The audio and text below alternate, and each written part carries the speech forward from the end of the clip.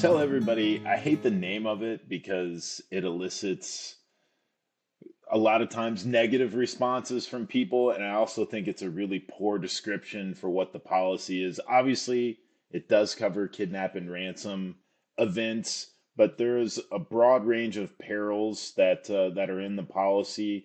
Security, there's an enhanced security evacuation that's on the policy. It's going to cover things like disappearances, hostage situations, false detainment or imprisonment. The best way I can describe it is it's a security insurance policy, an international security insurance. That's probably why they use kidnap and ransom. Maybe that is the best name, but I think it's just a poor description for what all that it does, because it feels like it just does one specific thing, but it does a lot of different things. So a lot of times, almost every travel insurance policy that is out there, and a lot of the foreign policies that include security evacuation, there's typically two things that will trigger a security evacuation.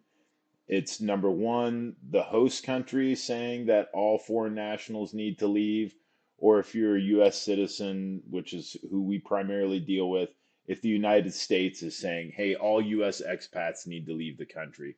If you don't see one of those two things get triggered, the policy's typically not going to cover it. There's a few other very narrow things, like if you're declared persona non grata, like if the host country has specifically singled you out and says, Daryl, you can't live here anymore, you have to leave, then it'll give you a security evacuation. I know that happens to you all the time, right? But that's super rare. It's almost always the host country saying foreign nationals need to leave, the U.S. State Department saying U.S. expats need to leave and come back home.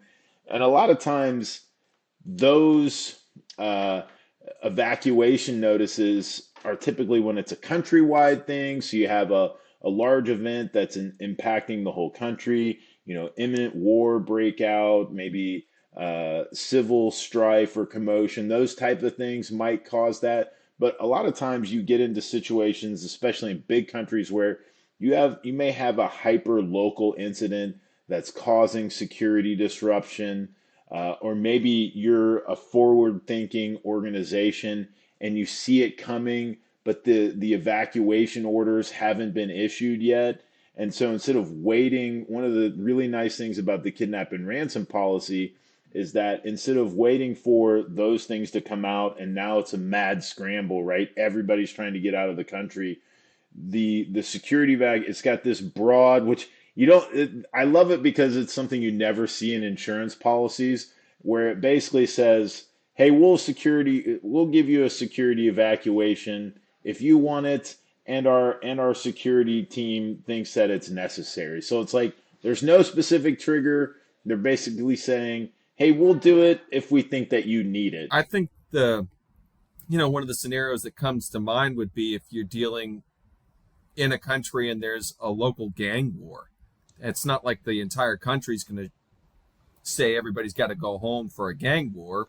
That's a really local event. Is that a good example? Certain communities or certain areas or cities, they'll go on strike. And like when we think of strikes here in the United States, it's a pretty calm thing. But a lot of times in other countries, when there's a strike, it means they're blocking the road, they're robbing you, they're burning tires, and if that can just happen in one section of a city or an entire city, and you're going to feel like you need to go, but the government, nobody's going to issue evacuation orders for something like that.